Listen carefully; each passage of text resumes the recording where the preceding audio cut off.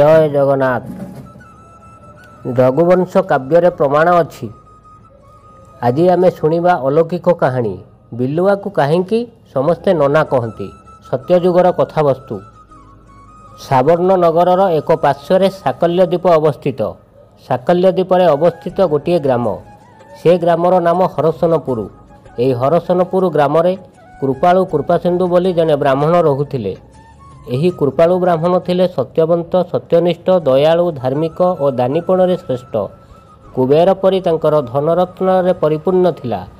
सटकर्म कृपालु जने निपुण। आचार विचार विवेक बुद्धि सर्वोत्तम। से एते परिमाण रे दान करुथिले जे जहाँकि स्वर्गपुरर इंद्रभुवन थरहर हेउथिला। कृपालु ब्राह्मणर दान त्रिपुरे विख्यात थिला। असुरराज बलि, राजा हरिश्चंद्र और दानवीर कर्ण भी तुलना हो पारिबे नहीं।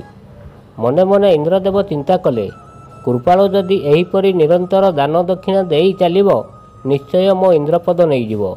मनरे चिंता करी इंद्रदेव महर्षि विश्वामित्र को डकाइले। इंद्रदेव कहिले, हे ऋषिवर, तुमे एबे मर्त्यपुर जीव साकल्यद्वीपरे रहुथुवा कृपालु ब्राह्मण घर को। काहींकि ना एबे कृपालु एते परिमाण रे दान धर्म तप व्रत आचरण करुछि जे त्रिपुर मध्य देव दानव और मानव पर्यंत स्तंभीभूत होलेनी। तुमे कृपालु ब्राह्मण गृह को जाई तार सबु प्रकार व्रत भांगी दियो। इंद्रंक मुखर कृपालुर दान कथा शुणी ऋषि विश्वामित्र तक्षणे तार गृह निकट में उपस्थित हेले। ऋषि विश्वामित्र को कृपालु ब्राह्मण देखी अति आनंदित हैला। षडग्रह ऋषि को पूजा अर्चना कले। आसीबार उद्देश्य ऋषि को पचारिले। ब्रह्मर्षि विश्वामित्र उत्तर देउचंती, हे ब्राह्मण महाशय, आसीबार उद्देश्य आपण मानक किछि मागिबार। ब्रह्मर्षि कहले, एबे शुण मो वचन। 12 वर्ष तप पूर्णम हेला। आमिष भोजने मन बलिला।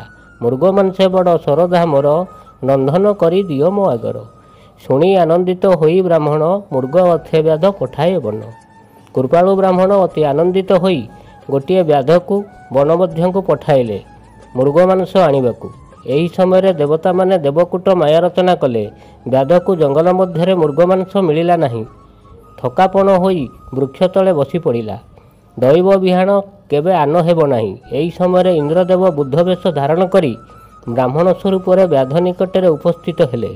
नरमांस को खंड खंड करी रतन बांधिकी आनिथिले। बुद्ध वेशरे इंद्रदेव व्याध शबर को कहते, मो झूलारे किसी परिमाणर मृगमांस अच्छी, ताकू तुम उचित मूल्य दे नहीं जाई पार। व्याध बुद्धर कथा शुणी मृगमांस किनी नेला। तुरंत जंगलरू फेरी आसी कृपालु ब्राह्मण को रांधिबाकू देला। देवकूट माया ब्राह्मण जानीपारा नहीं। अति जतन मृगमांस भावी रंधन कला। ब्रह्मर्षि ऋषि को मांस परसिबा समय महर्षि जोगध्यान कले। जोगध्यान बले महर्षि विश्वामित्र जानीपारे। कोपवर होई उठिले, हे कृपालु ब्राह्मण, मते नरमांस खाइबाकू देउच? मते कौन जंगलर शृगाल भाविल? नरमांस भोजन करने देउच?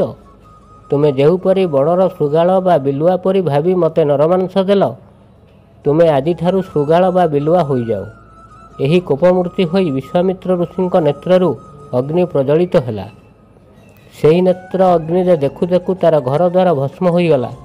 तत्संगे संगे कृपालु ब्राह्मण बिलुआ रूप को धारण कला। निज भुवन को छाड़ी जंगल मध्य को पलायन कला। ब्राह्मण मानक समस्ते नना डाकी थांती। हाँ आज्ञा, कृपालु ब्राह्मण बिलुआ रूप धारण करिबारु समस्ते सेही दिन ठारू बिलुआ को नना बोली डाकिबा आरंभ कले। कथारे अछि, हे बिलुआ नना, घर पोड़ीगला पछकु अना। हाँ आज्ञा, यह ही सत्य घटना। रघुवंश काव्य यह प्रमाणित अछि।